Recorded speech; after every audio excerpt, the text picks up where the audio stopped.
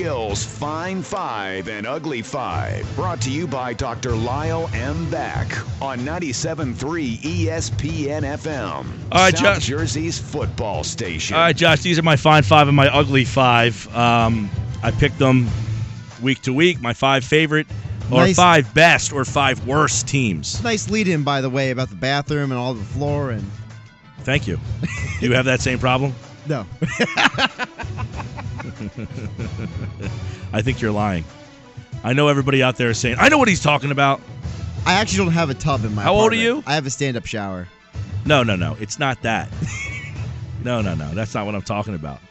I'm talking about the toilet. Oh. Toilet is what I'm talking about. How old are you? 30. You might not be there quite yet. You'll know what I'm talking about in about 5-6 years. Tell them, everybody out there. All right, these are my Fine Five and my Ugly Five. I picked them. 5 best and 5 worst. Which ones do you want to hear first? Let's hear the uglies, since we're already on a really, really toilet-mattered subject here. The 5th worst team in the league, it's Dallas. They're awful. They smell like the floor after you spilled over. They've lost every game with their quarterback hurt. They stink everywhere, specifically at home when they're 1-5. They're Dallas. They deserve to be in this just because of that. But their 4-9 record also gets them in there. You are number 5, Dallas. Nice. Number 4, it's Josh's favorite team, the Baltimore Ravens. Not on their own merit. They've got injuries everywhere. I couldn't name anybody left on their team. They're playing Matt Schaub. That tells you enough. Ryan Mallett's the new backup quarterback. Awful decision. Buck Allen, who probably was at the strip club with the Bucks, is their running back right now. The Baltimore Ravens are also 4-9. They're number 4 in the Ugly Five. Number 3, much like much like Baltimore, San Diego is ravaged by injuries. They can't score. They can't stop anybody. They don't win on the road. They barely win at home. They might move to L.A. Unfortunately, San Diego, you're number 3 at 3-10. It's just been a bad season for this team who, a lot of people thought Mike McCoy was like this upcoming upstart coach.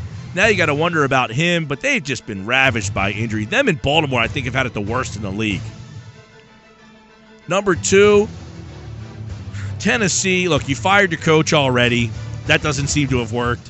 They're 1-6 at home. I get it, rookie quarterback, but look what Jameis Winston has done in Tampa Bay. I'm not saying Mariota is a failure. They just have nothing. I mean, they got nobody out there. Tampa Bay's got Mike Evans, Vincent Jackson, Doug Martin. I mean, I know Jackson's hurt, but they've got pieces. Tennessee's got Bupkis, man. They got Delaney Walker and company. Yeah, and he's on my fantasy team, thank gosh, because he's the only guy they got. It's like when Ben Coates played. He was the only player that anyone ever heard of on that New England team. Ben Coates. Tennessee, you are number 2 in my Ugly Five. Number 1, it's Cleveland. Johnny Manziel actually won them a football game last week, but he's still Johnny Manziel, and that's the problem for them. Their defense is horrendous, 357 points. They've been outscored by 117 points this year. They are 3-10, and right now they stake claim to number 1 in my Ugly Five. And let me tell you, Josh, there wasn't a lot of competition for the 5 spots. I think those 5 teams, maybe San Francisco, are outlandishly the 5 worst teams in the league. I think it's a valid list in my opinion. San Francisco is the only one that can kind of get into a fist fight, but if it's San Francisco versus Dallas in these parts, guess who wins? Or loses in this instance. Yeah, exactly. All right, these are the Fine Five. These are my 5 best teams in the league right now. Number 5, you might be surprised by some of these. Number 5, I'm going Kansas City. Kansas City, I picked them to win the division early in the year. They lost 5 in a row, but now they've won 7 in a row. I think the 7-in-a-row team is closer to who they are, and they've done it without Jamal Charles. It's just a really well-coached football team. Give Andy Reid a lot of credit. The Chiefs right now have won 7 straight. They're number 5 in my Fine Five here on the Sports Bash. Number 4, you might be surprised by this, but I've got the Seattle Seahawks in at number 4, and you might say, well, what about some of these other teams that aren't in there right now that you're going to not hear when I put them out there?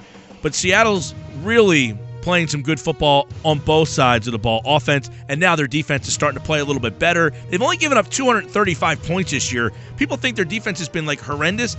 They're only giving up 235, which, guess what? That's the best in the entire NFC.